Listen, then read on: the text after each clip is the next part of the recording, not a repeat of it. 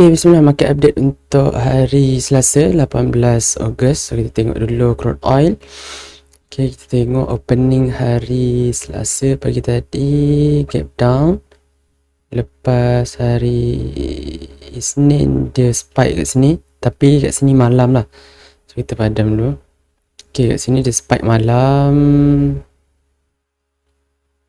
Malam tu sideways, tiba-tiba dia spike. Okay, opening gap sideways, tapi kalau kita tengok kat sini macam ada. So kita tengok 1 minute kat sini.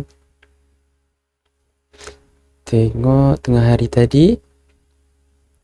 Okay, tengah hari tadi, okay, nampak uptrend kat sini. Nampak uptrend, volume boleh lah agak sedikit volatile. Sudah buat test dan dia breakout. Cuma kalau kita entry kat sini, cut loss jauh lah, so better tak payah ambil. Tapi kalau volatile, mungkin kita boleh letak cut loss dekat lower tail. Tapi kalau macam tak terlalu volatile, kita kena letak dekat previous support. Dan kat sini previous support dia terlalu jauh, kita better not take this trade. Kita tengok lepas tu dia jalan kejap sebelum dia pusing kat sini. Tapi kalau kita tengok kat sini, bearish engulfing nampak macam okey je, sebab dia tak followed by high candle kan, high volume. So kat sini nampak dia tak meneruskan momentum. Kalau kita letak cut loss kat sini, mungkin dah trigger sebelum dia jatuh lagi lah. Okay, lepas tu dia sideways. Kita tengok malam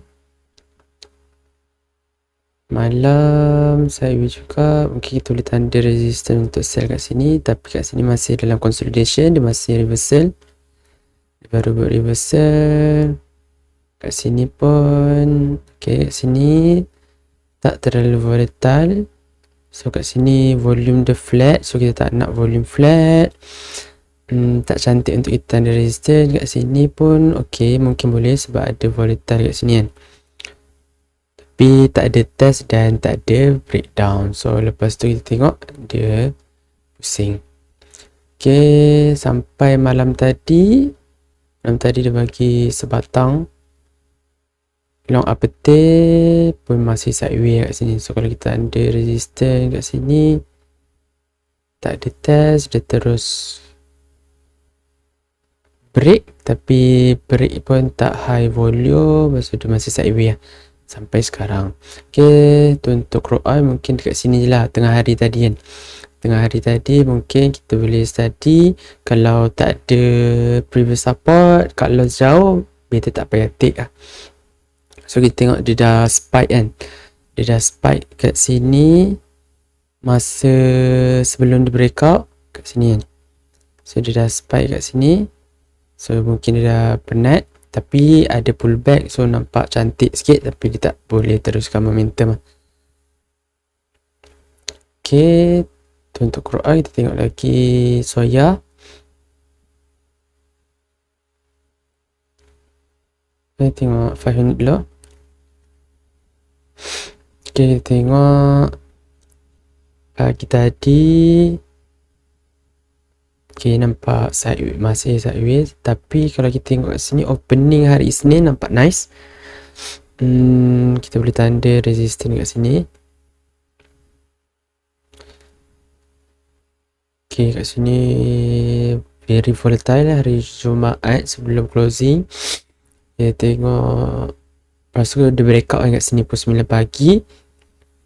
So dia terus jalan. Kita tengok lower time frame, nampak ada tak okay. Okay, kat sini lepas dia slow rising kat sini, ada test, lepas tu dia breakout.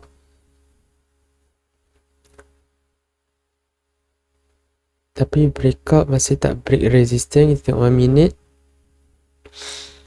Okay, 1 minute. Okay, kat sini macam okay sikit.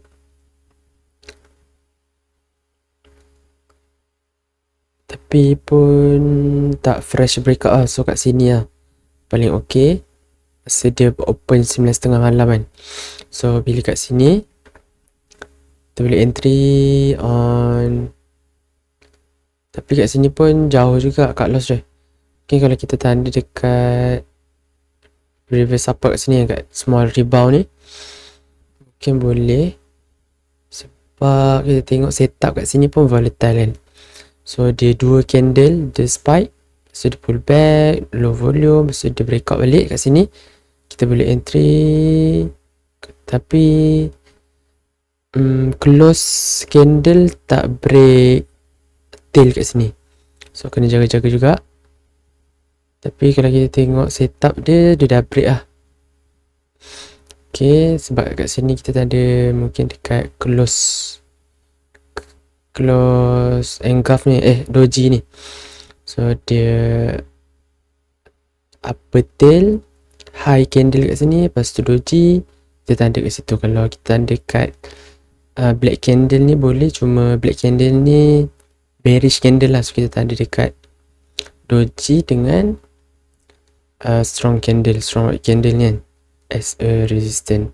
So dia dah breakout, nice, body close above. So kita trade cut loss kat sini dalam berapa tick ni untuk soya pukul 9, pukul 10 malam tadi, 10 malam semalam. Okay, 14 tick, tapi kita tengok sampai pukul 12 ada sideway, dan tiba-tiba kat sini pukul 12 malam, tengah malam, dia bagi juga macam crude oil tadi kan. So tengah pagi baru dia bagi. Tengok crude oil tadi. Kalau crude oil tadi, kita tengok mana dia spike tadi dekat sini kan. So 1 pagi, 12 tengah malam dia spike. Tapi ini hari Selasa pagi, yang ni hari Senin pagi. So kita tengok soya dia spike Senin. Mana okay kat sini kan. Okay, dia spike, dia terjalan. Okay, contoh kalau kita dah bangun pagi tu masih sideway, kita boleh tarik trailing mungkin dekat below strong candle kat sini. So pukul 8 tu ada strong candle tapi volume tak ada. So kita masih monitor, kalau nak exit boleh exit sebab tak ada volume, tak volatile, sebelum dia pusing lah kat sini. So kat sini nampak macam dah very long consolidation, lepas tu momentum pun dah hilang, kita takut terus pusing macam ni. So kat sini pun nampak ada black candle, ada red candle tu kan. So nampak trend tengah bearish, so kita boleh exit terus lah. Ataupun kita nak tunggu memang betul-betul dia break, boleh juga. So kat sini baru dia break pukul 10 malam. So kalau kita tarik daripada kita entry pagi tu, malam, sampai satu hari malam esoknya, dapatlah dalam 90 80 tick. Okay, tu untuk soya. Kita tengok lagi last. Okay, sabar. Sebelum tu, okay, ni kita ada esok lah. Dia baru nak buat pergerakan kan untuk malam tadi. Okay, kita tengok last FCPO. Okay, tengok 5 minit dulu. Okay, 5 minit nampak macam okay, dah tukar kontrak kan hari Senin. So bila dah lepas 15 hari bulan, kita tukar kontrak. So dia bermula 17 lah kat sini. Okay, tukar kontrak, dia akan sedikit lari lah first kan. So kita tanda dulu. Kalau dekat FCPO1 nampak kat sini resistance cantik, walaupun sebelum tu macam ada ni macam tadi lah,